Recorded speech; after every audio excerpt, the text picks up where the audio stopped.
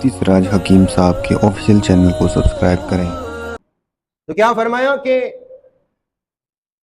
اللہ تبارک و تعالیٰ نے انسان اور جنات کو اپنی عبادت کے لیے پیدا کیا ہے، لیکن اس کے باوجود یہ نہیں کہا کہ کاروبار حرام ہے، فلان حرام نہیں، کاروبار بھی کریں، اللہ تبارک و تعالیٰ کو یاد کریں اور اسی کاروبار میں بھی اللہ کو یاد کریں۔ لیکن ہم کاروبار میں اتنا لگے رہے کہ ہمیں تو پھر اللہ تبارک و تعالیٰ کی وہ عبادت وہ یاد نہ رہی کہ اللہ تبارک و تعالیٰ نے ہمیں کس مقصد کے لیے پیدا کیا۔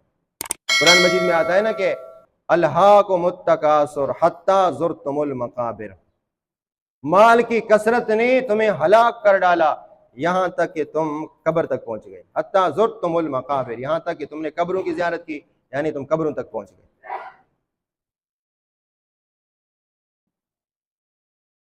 چاہیے تو یہ تھا، اب تو ہم سوچ رہے ہیں نا، اب تو نماز کے اندر بھی ہم کاروبار سوچ رہے ہیں، چاہیے تو یہ تھا کہ ہم کاروبار میں نماز کا سوچ لیتے، ایسا ہے کہ نہیں ہے؟ ہم کاروبار میں ہوتے نماز کا سوچ رہے ہوتے کہ کب زور کی نماز کا وقت ہے، کب عصر کی نماز کا وقت، کب مغرب کی نماز کا وقت، کب عشاء کی نماز کا وقت۔ کاروبار میں ہمارے ذہن میں یہ خیال آنا چاہیے تھا، ہمارے ذہن میں یہ خیال آنا چاہیے تھا۔ اب الٹا ہو رہا ہے، نماز میں ہمارے ذہن میں کاروبار کا خیال ہے۔ نماز میں آپ ایسا کریں کہ پیش امام بنے، آپ زور کی جگہ 3 4 کی جگہ پر 3 پڑھیں، کوئی پیچھے، ابھی تو کوئی پیچھے آپ کو آواز بھی نہیں لگائے گا، ہر ایک کہے گا بھائی صحیح ہے وہ، کیونکہ ہم نے صرف تکبیر کی اللہ اکبر، گاڑی میں سوار ہو گئے۔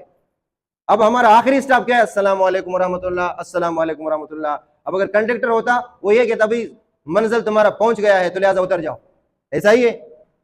ہمیں اتنا پتہ ہے کہ امام نے تکبیر کی اللہ اکبر، پھر اس کے بعد کوئی اپنے دکان میں ہے، کوئی اپنے کشتی میں ہے، کوئی کہاں ہے، کوئی کہاں ہے۔ وہ ایک قصہ مشہور ہے کہ ایک مولوی صاحب نے 4 رکعتیں پڑھائیں، 4 رکعت نہیں بلکہ ظہر کی عصر کی 3 رکعت پڑھا کے سلام پھیر دیا، السلام علیکم ورحمۃ اللہ، السلام علیکم ورحمۃ اللہ۔ کسی نے کہا 3، کسی نے کہا 4، کسی نے کہا 3، کسی نے کہا 4۔ یقین سے کوئی نہیں کہہ سکتا کہ 3 ہے یا 4 ہے۔ سنا ہے کہ ایک آدمی نے کہا 3 ہے، کیسے پتا چلا؟ ہو سکتا ہے یہ بندہ شروع سے امام کے ساتھ تھا، بولا نہیں 4 دکانیں ہیں، 3 کا حساب ہو گیا، 1 کا باقی ہے، 1 کا حساب ابھی تک باقی ہے۔ امام صاحب نے پہلے سے گاڑی میں بریک لگا دی۔ ایسے ہی ہم نماز ہوتی ہے، پتہ نہیں چلتا ہے کہ پہلی رکعت ہے، دوسری رکعت ہے، تیسری رکعت ہے، چوتھی۔ چاہیے تو یہ تھا جو حدیث کے اندر فضائل بیان ہے نا کہ اللہ اپنے عرش کے سائے میں اس بندے کو جگہ دیں گے جس کا دل اٹکا ہوا ہو مسجد کے ساتھ، یعنی کاروبار میں ہو، فیکٹری میں ہو اور اپنے شو روم میں ہو، کوئی بھی کسی کام میں منسلک ہو، متعلق ہو، لیکن بار بار وہ اذان کی طرف متوجہ ہے کہ کہیں ایسا نہ ہو کہ میری نماز قضا ہو جائے، بار بار متوجہ ہے اذان کی طرف، نماز کی طرف۔ یہ ہے وہ بندہ جس کا دل اٹکا ہوا ہو مسجد کی طرف، یہ ہے بندہ۔ لیکن ہم اس کے برعکس ہیں، ہم اپنے نماز میں ہیں لیکن ہمارا دل اٹکا ہوا ہے اپنے دکانوں میں، اپنے کاروبار میں۔ لیکن امید ہے اللہ تبارک و تعالیٰ اس کو بھی قبول فرمائیں گے، آئیں گے تو صحیح، آئیں تو صحیح نا مسجد میں، اللہ اس کو بھی قبول فرماتے ہیں۔ ایک بزرگ کا واقعہ نقل کیا ہے، اس نے وہ کاروبار کرتا تھا، لوگوں کے جعلی پیسے بھی اٹھاتا تھا۔ اللہ تبارک و تعالیٰ میں اس لیے جعلی پیسہ اٹھاتا ہوں کہ میرے پاس بھی اعمال جعلی ہیں، اللہ تبارک و تعالیٰ میرے جعلی اعمال کو اصلی اعمال کے ساتھ تبدیل کر لینا۔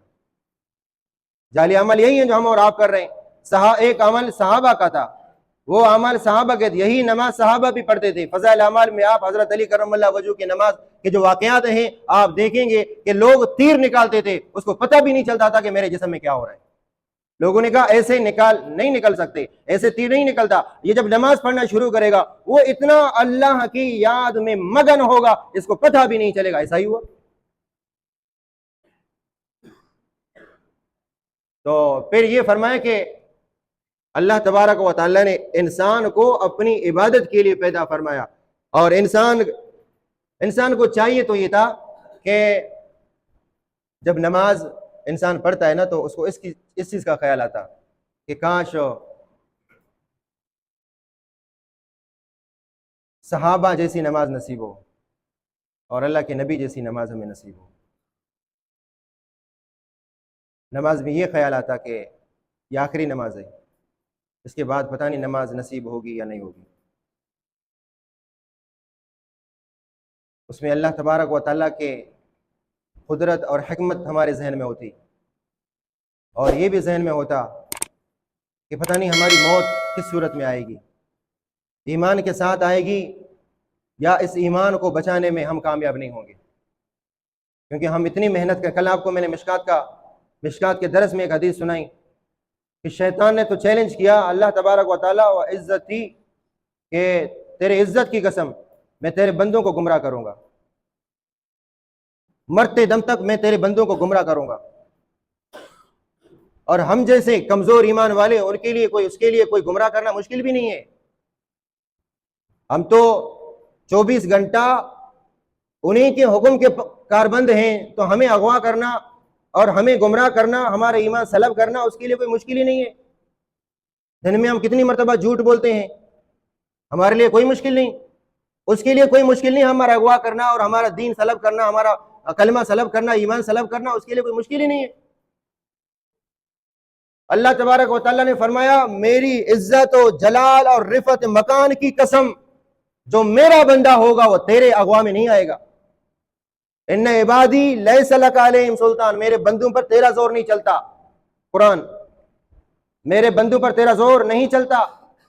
اور قرآن تو یہ کہتا ہے ان الذین قالوا ربنا اللہ ثم استقاموا تتنزل علیہم الملائکہ الا تخافوا ولا تحزنوا وابشروا بالجنۃ التي کنتم توعدون، جو دنیا میں مستقیم رہے، ایمان لانے کے بعد مستقیم رہے، ہر صورت کو برداشت کی، ہر تکلیف کو برداشت کی، تو موت کے وقت اگر شیطان آئے اس کا ایمان سلب کرنے کے لیے، اللہ تبارک و تعالیٰ فرماتے ہیں فکر کی کوئی ضرورت نہیں، غم کی کوئی ضرورت نہیں، تتنزل علیہم الملائکہ، اللہ تیری مدد کے لیے فرشتے نازل فرمائیں گے، اور وہ یہ کہیں گے اللہ تخافوا ولا تحزنوا، غم نہ کرو، ابھی بھی غم نہ کرو، روح نکل جائے گی تب بھی غم نہ کرو، وابشروا بالجنۃ التی، یہاں اس کو جنت کی خوشخبری سنائی جائے گی، یہاں پہ روح نکلنے سے پہلے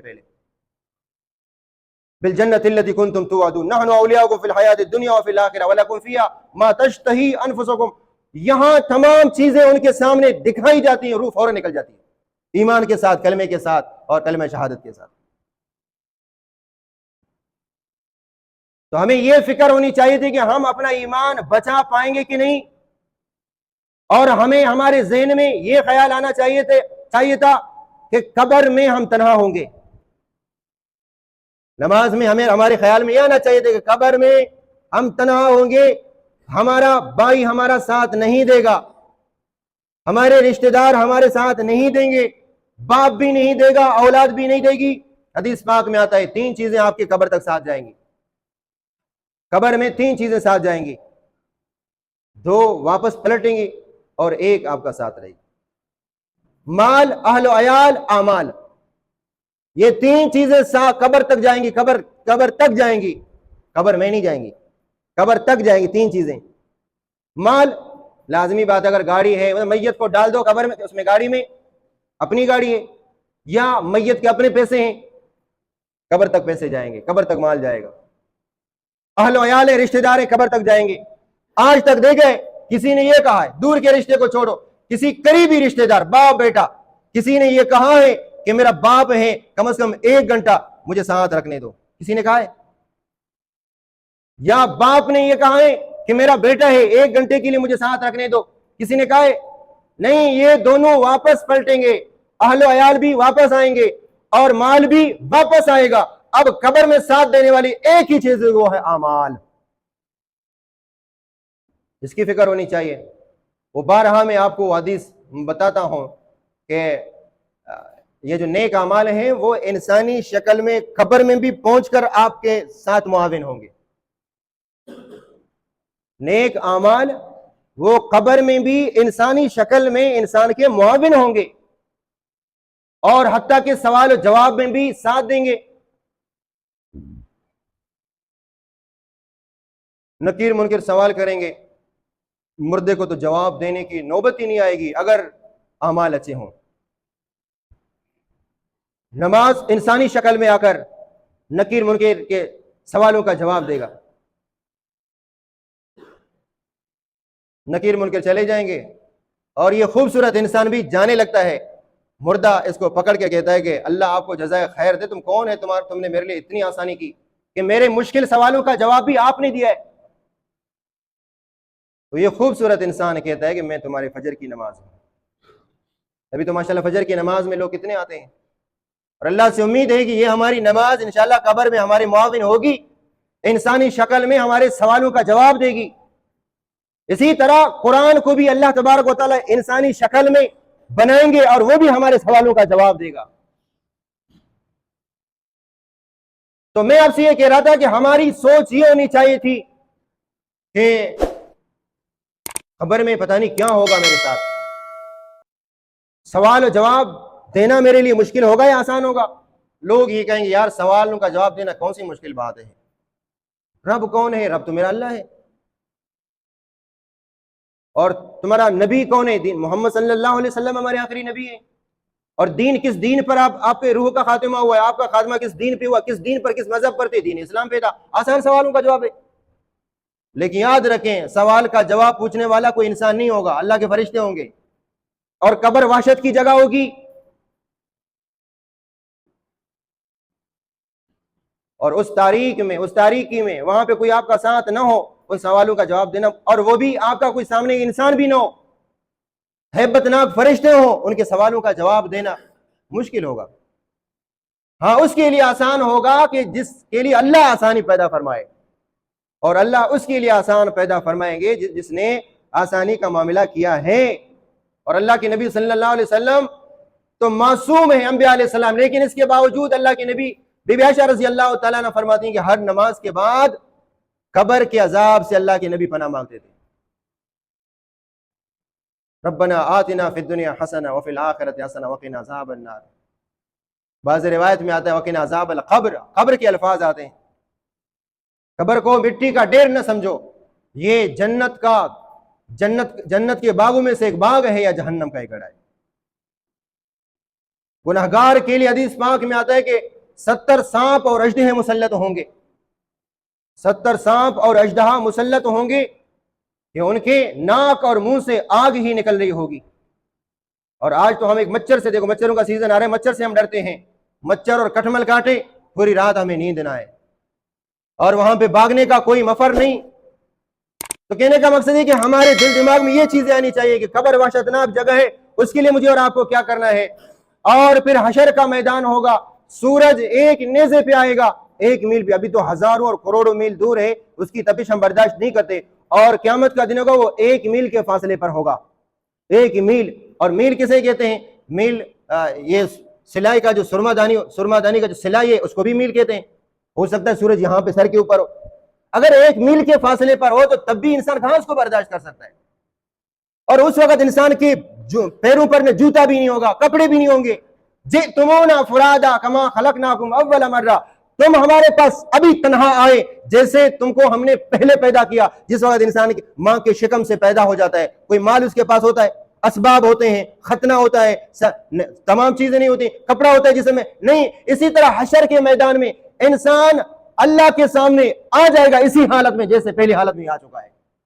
جئتمونا فرادا, تم میرے پاس اس حالت میں آ گئے جیسے تم پہلی مرتبہ اپنے ماں کی شکم میں پیدا ہو گئے. نہ تمہارے جسم میں کپڑا تھا, نہ تمہارے پھیروں میں جوتا تھا, نہ تمہارا ختنہ تھا, نہ تم بناؤ سنگار کر کے آئے تھے. اسی حالت میں بی بی عائشہ رضی اللہ تعالیٰ نے فرمایا اللہ کے نبی ہم عورتوں کا کیا ہوگا, ہم عورتوں کا کیا ہوگا اگر یہ حالت ہوگی تو, اگر یہ حالت ہوگی تو ہم عورتوں کا کیا ہوگا. اللہ کے نبی نے فرمایا اے عائشہ وہ ایسی حالت ہوگی کوئی کسی کا نہیں ہوگا. سامنے والے کو پتہ نہیں بھی ہوگا کہ یہ میرا بیٹا ہے, یہ میرا باپ ہے. یوم یفر المرء من اخیہ, قیامت کا دن ہوگا انسان اپنے بھائی سے بھاگے گا. بھائی کا ذکر اس لیے کیا کہ دنیا کے اندر بھائی کے لیے جان دینے کے لیے تیار ہوتا ہے, لیکن اس دن وہ بھاگ جائے گا. وَأُمِّهِ وَأَبِيهِ وَصَاحِبَتِهِ وَبَنِيهِ, کیوں؟ لِكُلِّ امْرِئٍ مِّنْهُمْ يَوْمَئِذٍ شَأْنٌ يُغْنِيهِ, اس دن ایک ایسا خطرناک دن ہوگا جو ہر ایک دوسرے کو اس کو مستغنی کر دے گا, بے پرواہ کر دے گا.